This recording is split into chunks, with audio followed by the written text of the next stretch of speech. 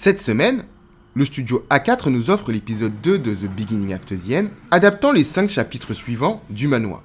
Et le moins que l'on puisse dire, c'est que cette semaine, il y a des choses à dire et à redire. Positif ou négatif, eh bien c'est ce que nous allons voir dans cette review. Mais avant, un petit résumé de l'épisode. Oui, l'intro est courte cette semaine.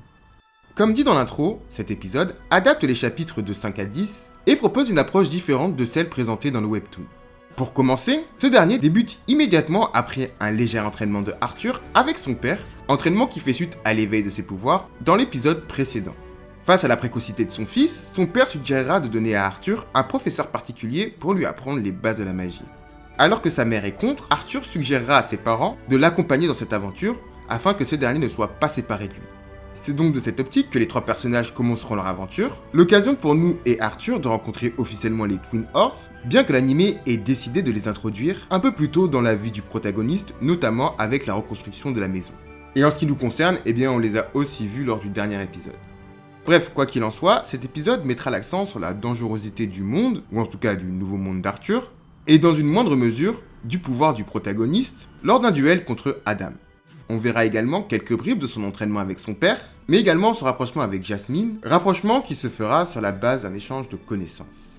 Enfin, pour terminer le résumé, cet épisode se conclura par l'attaque du petit groupe par des bandits, la découverte par Arthur que sa mère est enceinte, et enfin son sacrifice qui l'amènera à rencontrer la créature que nous avions vue à la fin du premier épisode. En bref, voici les éléments qui nous sont présentés cette semaine. Et bien que je trouve encore des défauts à l'épisode que j'ai pu vous partager lors de ma précédente review, et bien pour le moment je vais laisser ça de côté et plutôt parler de ce que ça cherche à raconter. Alors déjà, pour ceux qui n'ont pas lu le manhwa ou le light novel, eh bien vous vous en doutez, c'est assez différent de ce qui y est raconté. Et malgré que beaucoup d'éléments ont été ellipsés, des éléments qui permettent de rendre crédible l'attachement de Arthur avec les personnages, alors de manière naturelle je précise, eh bien l'épisode cherche quand même à raconter quelque chose. Et dans un premier temps, avant de vous donner mon avis et surtout vous expliquer pourquoi le studio a fait ce choix, eh bien je vais quand même tâcher d'analyser cet élément. Et pour commencer, si je dois donner la structure de l'épisode, eh bien elle s'attache aux souvenirs, aux flashbacks d'Arthur, et le thème principal qui sera abordé ici, c'est la cruauté. En effet, comme on a pu le voir, l'épisode va s'ouvrir avec un flashback d'Arthur, ou plutôt du roi Grey. Dans ce flashback, on peut voir que ce dernier punit l'un de ses anciens sujets en assassinant sa femme et son enfant, et tout ça devant ses yeux.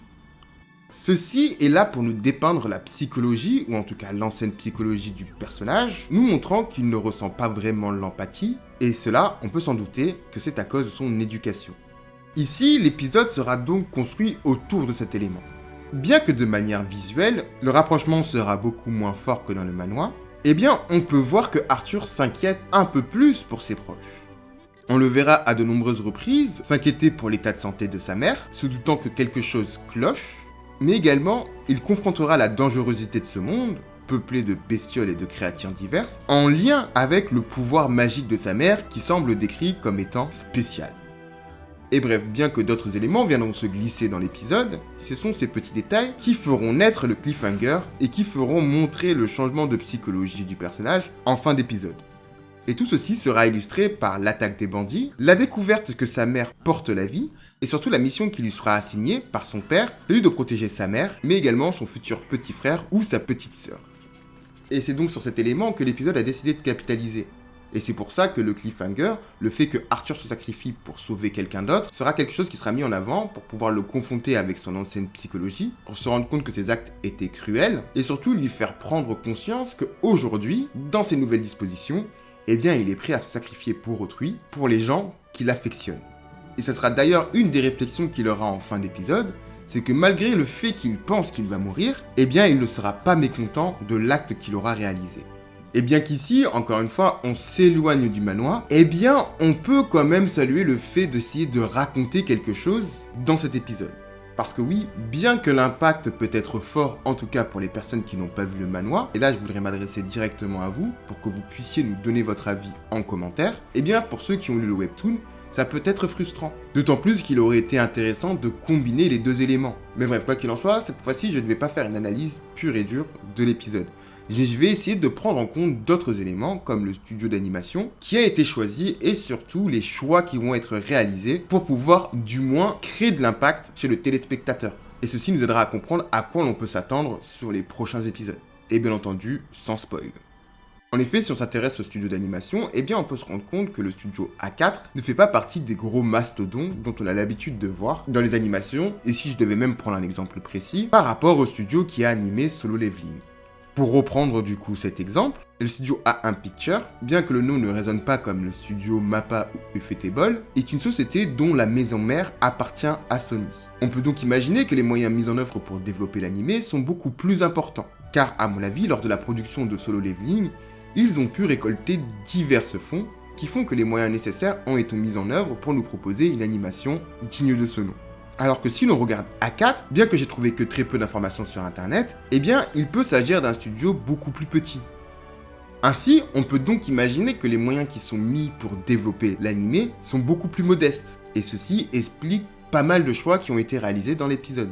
En effet, si on y regarde de plus près, adapter 6 chapitres en un épisode, surtout en début d'animé, eh bien ça me semble assez léger. Ici, on peut donc imaginer que certains choix ont dû être faits, tels que la suppression de diverses scènes, qui font que l'auteur a dû remanier son œuvre, et faire en sorte que même si on ne peut pas réellement voir la construction affective d'Arthur avec ses parents, de nos propres yeux, eh bien il fallait créer des cliffhangers, des éléments, des routes, ou en tout cas des éléments scénaristiques, qui vont faire un impact chez le lecteur. Et bien que je serais d'accord avec ceux qui pensent qu'il est beaucoup mieux de voir les éléments plutôt que de jouer avec le scénario pour créer de l'affection, eh bien je pense ici que l'auteur n'a pas le choix. Et d'ailleurs, si on va beaucoup plus loin, cela se reflète sur l'animation, ou en tout cas la qualité de l'animation. En effet, si on regarde l'animation de cet épisode, bien que je le trouve légèrement meilleur que celui de la semaine dernière, eh bien il y a encore des choses à redire. Dans un premier temps, bien qu'il y ait moins de plans statiques, eh bien les scènes de combat manquent d'impact. Pour la plupart des attaques, eh bien il s'agit souvent des plans serrés des personnages, suivi de l'attaque directement sur l'ennemi, et puis paf, le combat est réglé. L'exemple le plus frappant se produit lors de la confrontation d'Arthur contre Adam. Ici, beaucoup d'éléments ont été coupés, comme la posture que prend Arthur au début du combat, posture qui sera similaire à la posture qu'il adoptait lorsqu'il était le roi Grey, ou encore diverses chorégraphies qui montrent que Arthur a de l'expérience. Et bien que sa première attaque montrera quand même qu'il ne s'agit pas d'un novice, et que ce dernier sera qualifié de monstre par Adam, eh bien ce dernier manquera d'impact. Et ceci peut nous questionner sur l'adaptation qui sera mise en place lors des scènes plus importantes. Et ce sujet est une vaste question. En effet, ce que j'espère, malgré que le studio soit beaucoup plus petit, eh bien j'espère que certaines scènes seront fidèles à ce que l'on a pu voir dans le manhwa. Encore une fois, je ne vais pas m'étendre pour ne pas spoiler ceux qui n'ont pas lu le manhwa et qui ne souhaitent pas connaître ce que l'anime nous réserve, mais il y a certains éléments qui méritent d'avoir une adaptation digne de ce nom. Et donc mon espoir aujourd'hui réside plutôt sur ces efforts-là. Bref, ici il s'agit d'une bonne partie de l'épisode, maintenant on peut peut-être analyser le reste. Et par le reste, je veux dire les éléments manquants. Ici, il y a pas mal de choses qui manquent à l'épisode. Dans un premier temps, on n'a que très peu d'informations sur l'entraînement que fait subir son père à Arthur. Dans le manhwa, on a des explications beaucoup plus construites, à savoir que dans un premier temps, son père renforçait son physique, c'est pour cette raison que nous voyons Arthur faire des pompes, et puis quelques temps après, c'est décidé de lui apprendre le maniement de l'épée.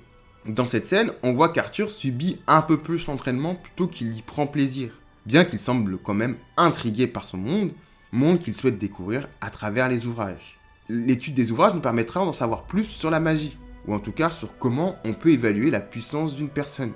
Et bien que ce sont des éléments importants, eh bien je ne vais pas l'explorer dans cette review, parce que selon moi, il sera difficile de faire l'impasse sur cette information dans la suite de l'anime. Bref, pour résumer, un épisode qui n'est toujours pas au niveau de ce que l'on attendait lorsqu'on a entendu parler de l'adaptation de The Beginning After the End, mais qui essaie de raconter quelque chose même si ça s'éloigne de ce qu'on a connu dans le manhwa. Et bien que mon avis n'est pas 100% positif et que je trouve encore que l'anime manque encore de consistance, eh bien je peux au moins lui donner ce point-là. Et encore une fois, ce qui serait intéressant, c'est de savoir comment ont ressenti les personnes qui n'ont pas lu le manhwa, ni le light novel, et d'ailleurs même de savoir comment ont ressenti ceux qui ont lu le light novel par rapport à cet épisode. Parce qu'encore une fois, les éléments qui nous ont été montrés en début d'épisode, à savoir la cruauté d'Arthur vis-à-vis de ces sujets, est quelque chose qui, pour ceux qui ont eu le manhwa, n'ont pas eu la chance de voir. Et bien qu'ici on pourrait crier au spoil, eh bien moi je serais quand même curieux de savoir à quel point on s'écarte réellement d'Arthur, de sa personnalité, de comment a été écrit le personnage. Donc pour ceux qui passeraient sur cette review et qui ont lu le light novel, eh bien n'hésitez pas à mettre l'information en commentaire. Bon, mettez peut-être une petite balise spoil avant de mettre l'information, mais je serais curieux d'avoir votre avis. Bref, quoi qu'il en soit, c'est tout ce que j'ai à dire cette semaine. Si vous avez apprécié la review, n'hésitez pas à liker et à vous abonner. N'hésitez pas également à commenter pour dire ce que vous avez pensé de l'épisode ou de cette review. Et je profite de ce petit passage pour vous remercier, car nous sommes désormais 100 sur la chaîne. Et vu que nous sommes plus, eh bien n'hésitez pas à commenter pour dire quel type de contenu vous souhaiteriez voir. Bref, quoi qu'il arrive, il me reste plus qu'à vous souhaiter une bonne journée ou une bonne soirée, et puis je vous dis à très bientôt.